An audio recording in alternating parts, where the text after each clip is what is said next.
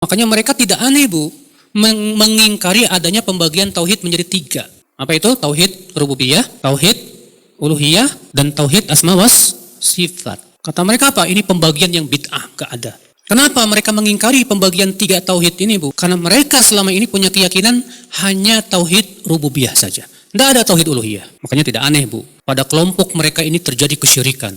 Mereka beribadah kepada selain Allah. Dianggap selama mereka yakin Allah pencipta langit dan bumi, itu tidak disebut dengan syirik katanya. Walaupun sujudnya kepada selain Allah. Ngeri kan? Kalau seperti itu jadinya apa bedanya dengan orang-orang musyrikin Quraisy? Nggak ada bedanya. Jadi sebatas meyakini tauhid rububiyah saja nggak cukup dan tidak menyebabkan pelakunya disebut muslim. Ini toh ustadz kalian yang mengajak kembali kepada kitab dan sunnah, yang kalau baca kitabnya Imam Nawawi itu suka nipu-nipu. Ini toh modelannya seperti ini toh, yang pakar hadis ya mungkin ya, entah pakar apa. Coba kita perhatikan cara dia bicara. Saya yakin kalian itu masih punya otak ya. Dan saya yakin kalau dipakai semua nggak akan percaya dengan omongan-omongan seperti orang ini. Dia itu mengatakan bahwa orang yang mengingkari pembagian tauhid itu karena dia itu tidak bertauhid uluhiyah. Jadi hanya bertauhidnya rububiyah.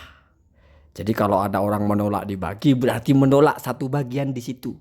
Atau mungkin hanya bertauhid rububiyah, berarti tauhid asma wa sifat juga enggak ya.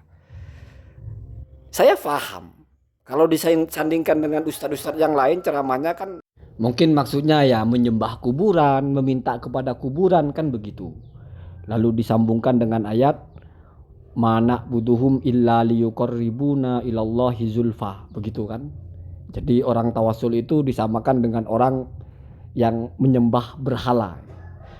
Saya sudah malas sekali untuk menanggapi ocehan-ocehan seperti ini dengan ilmu. Terlalu merendahkan ilmu. Saya anggap ini sama dengan bocil-bocil Wahabi yang komentar-komentar itulah. Terlalu rendah. Mari saya ajarkan berpikir waras nak ya. Nak Badrus ya. Orang itu kalau sudah rapi di tauhid rububiyah, artinya apa? Di keyakinan dia, di pikiran dia, di akidah dia, itu yang memberi apapun hanya Allah. Tidak akan ada yang bisa memberikan apapun kecuali Allah. Ketika orang minta duit kepada bapaknya, lalu dia diberi duit, hanya di mata kita seolah-olah bapak kita yang memberi. Hakikatnya Allah. Artinya kalau Allah tidak berkehendak, tidak mungkin orang bapak itu memberi duit kepada kita. Dalam apapun berobat ke dokter ketika sembuh itu bukan dokter yang menyembuhkan kita secara hakikat, tapi ini hanya wasilah, ini hanya perantara. Semua Asy-Syafi yang menyembuhkan hanya Allah. Kalau sudah begitu, sudah betul jujur dengan keyakinan hanya Allah yang An-Nafi, terus kemudian Al-Mu'ti, Al-Muhyi, Al-Mumit, Ar-Razzaq, hanya Allah, maka otomatis kita mesti minta secara hakikat itu kepada Allah. Sementara ketika kita ada narasi minta kepada orang, itu hanya wasilah atau itu hanya kasab, itu hanya tasabub, hanya hukum sebab akibatnya, minta tolong kepada orang yang menolong sejatinya Allah. Karena kalau Allah tidak berkehendak, tidak mungkin orang itu menolong kita. Itu kalau sudah benar meyakini begitu, tidak mungkin kita akan meminta kepada sesuatu dengan meyakini sesuatu ini bisa memberikan kita tanpa Allah. Dengan meyakini sesuatu ini sama dengan Allah, yaitu sama-sama bisa memberi dengan dirinya sendiri. Tidak mungkin kita akan meminta.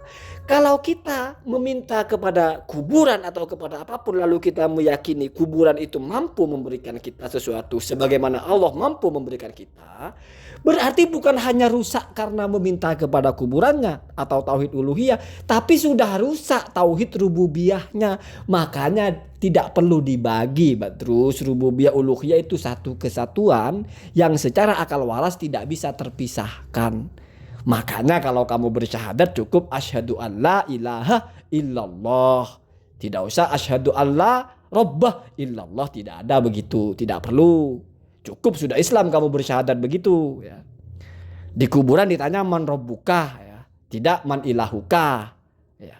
Artinya ini satu kesatuan. Di Al-Qur'an pun ada yang ilahun, artinya ya rabbun ada. Rabbun artinya ya ma'budun ya ada. Artinya itu maksud yang diinginkan begitu ya. Saya kasih gambaran sederhana Pak Badrus ini. Belajar berpikirlah. Ada orang di keyakinan dia itu di kampung ini yang jual material hanya satu toko di pojok, namanya toko Budi Sentosa. Setiap kita ingin ada kebutuhan ya, mau beli paku, mau beli semen, mesti kita akan menuju ke sana. Langkah kita menuju itu meminta, itu ibadah. Kenapa kita hanya bertauhid, yaitu menuju ke sana saja? Karena di keyakinan kita memang hanya dia yang rububiyah, hanya dia yang jual paku. Kalau kita sudah coba-coba berpindah, coba mau belanja di toko sebelah, berarti kita sudah ragu bahwa hanya dia yang jualan paku. Berarti kita sudah berpikir mungkin toko sebelah juga jualan paku. Itu berarti secara rububiyah, di mana kalau di contoh ini rububiyah artinya jualan barang-barang material, paku dan sebagainya, itu kita sudah mulai berpikir ada yang lain, maka langkah kita pun akan berbeda. Kita tidak hanya ke sana kalau butuh paku, tapi coba ke tempat lain. Kenapa kita mencoba ke tempat lain? Karena kita sudah tidak meyakini hanya dia yang jualan. Begitu juga dalam ibadah. Kalau kita sudah mulai meyakini ada sesuatu yang punya kekuatan selain Allah, maka ini akan memicu kita meminta tidak hanya kepada Allah. Sebaliknya kalau kita tidak pernah punya pikiran, tidak pernah punya keyakinan ada sesuatu selain Allah yang punya kekuatan, yang bisa mengabulkan, yang punya kuasa, maka tidak mungkin kalau kita waras kita coba-coba minta kepada yang lain. Kalaupun ada narasi minta, itu mesti tidak sama dengan kita minta kepada Allah, tidak sama dalam akidahnya. Pak minta uang Pak, ya kita minta iya, tapi beda dengan ya Allah, Allahumma rzuqni, berbeda. Kita minta uang sama orang itu adalah tasabub, keyakinan kita kalau Allah mau kasih saya rezeki mesti orang ini ngasih. Itu terus ya. Jadi kita waras lah ya, waras. Kalau orang sudah matang di tauhid rububiyah, ya, ketika dia datang ke kuburan lah, berdoa di kuburan lah, dalam doanya nyebut-nyebut nama Rasulullah lah, nama wali, nama siapa. Kalau tauhid rububiyah orang itu matang, bahwa hanya Allah yang mengatur segalanya, maka tidak mungkin perilaku dia itu adalah disebut menyembah kepada orang wali, atau menyembah kepada kuburan, atau menyembah kepada aulia atau kepada nabi. Kenapa? Karena untuk apa menyembah mereka? Untuk apa kita minta kepada mereka? Toh yang kita yakini yang memberi hanya Allah. Ketika ada bahasa wasilah, itu tawassul namanya, tasabuk namanya. Ya, wasilah. Lalu apa bedanya dengan orang-orang Quraisy dulu? Mereka sebagaimana diceritakan oleh Allah itu, perhatikan, makanya harus belajar memahami Quran itu ya. Mana buduhum illa liyuqarribuna. Jadi di sini ada bahasa ma, huruf nafi, ada illa. Ma kalau dengan illa itu isbat, artinya ketetapan, sama dengan la dengan illa. La ilaha illallah berarti Tuhannya hanya Allah. Berarti Allah itu ada, Tuhan itu.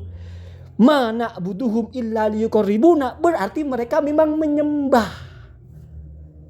Paham terus ya, paham? Na'budu itu menyembah, bukan tawassul tapi menyembah. Ya. Ini kok mau disamakan dengan orang tawassul yang tidak menyembah? Hanya karena sama-sama tiga unsur ya. Mereka berhala Allah, lalu sama-sama liyuqarribuna ilallahi zulfa. Lalu kita dianggap kita orang-orang soleh Allah. Oh berarti kita nyembah orang soleh untuk mendekatkan diri kepada Allah. Kamu menambah-nambah narasi menyembahnya. Kamu yang memaksa sama hanya karena di matamu yang fisik itu dianggapnya sama.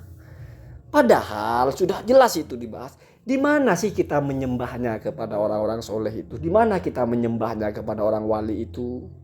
Toh kita berdoa kepada Allah.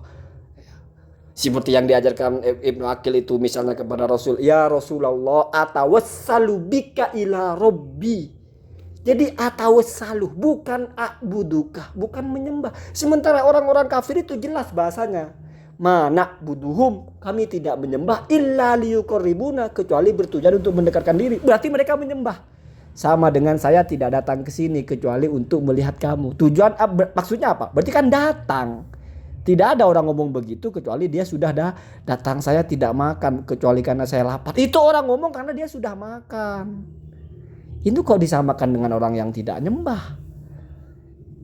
Hanya karena sama pihaknya itu. Sama dengan begini, itu ada baju ya, ada lo, ada kamu, ada baju, ada yang punya.